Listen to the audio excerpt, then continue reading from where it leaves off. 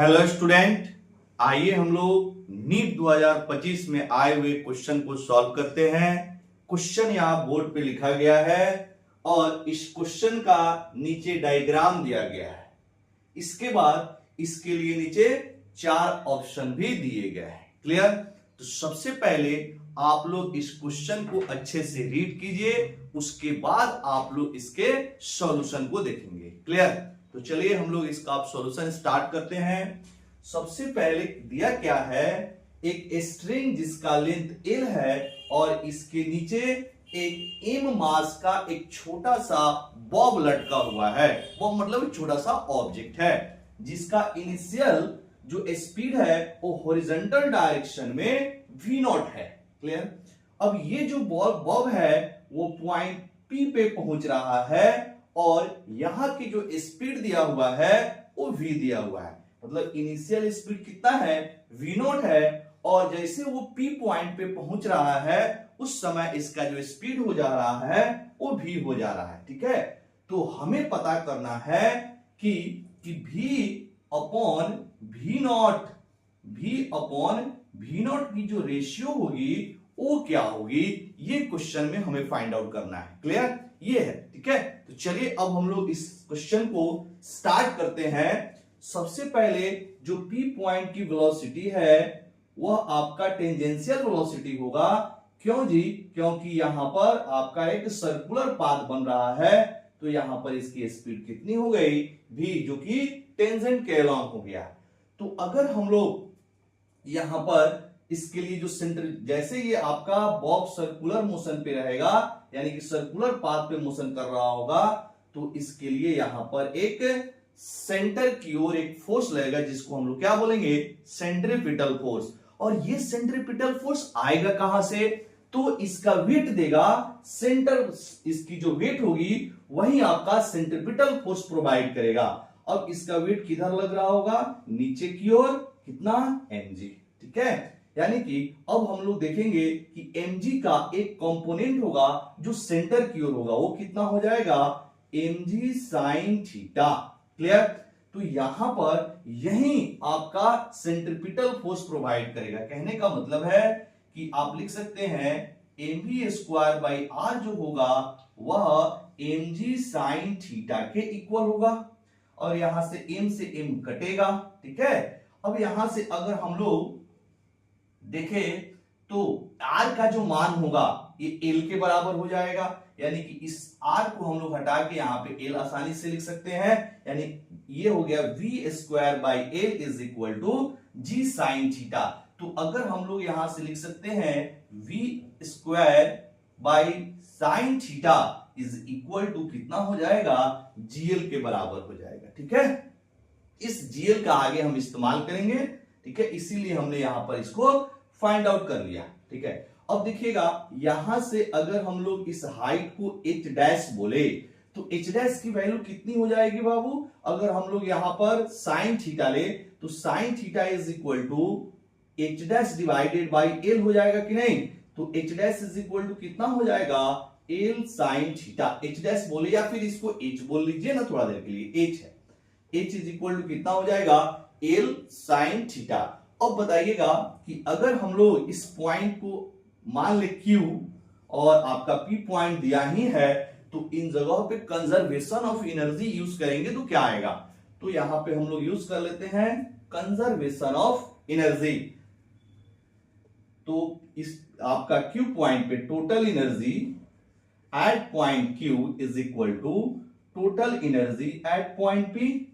ठीक है, अब देखिएगा P पॉइंट पे टोटल एनर्जी कितनी होगी, हाफ m v0 स्क्वायर, और यहां को हम लोग डेटम पॉइंट लेते हैं, यहां की पोटेंशियल को हम लोग 0 ले रहे हैं। ठीक है, तो इसके यहां की पोटेंशियल एनर्जी हो गई 0। दिस इज इक्वल टू, अब हम लोग P पॉइंट पे देखेंगे तो P पॉइंट की काइनेटिक एनर्जी हो गई हाफ mv स्क्वायर, और इस पॉइंट से जिसको हमने डेटम लिए, इस पॉइंट से इसकी टोटल हाइट कितनी हो जाएगी, l प्लस h, यानी कि ये हो जाएगा आपका mg पोटेंशियल एनर्जी निकालने के लिए mg इंटू कितना हो जाएगा, l प्लस h की वैल्यू कितनी, l साइन थीटा। एल की वैल्यू कितनी है, एल साइन थीटा। अब देखिएगा बाबू यहां से m m m m cut गया तो कितनी हो गई यहां से v not square by two is equal to, ये हो जाएगा वी स्क्वायर बाई टू, अब प्लस यहां से एल कॉमन लेंगे तो जी एल, ये नीचे और इसमें अंदर बच जाएगा 1 प्लस साइन थीटा।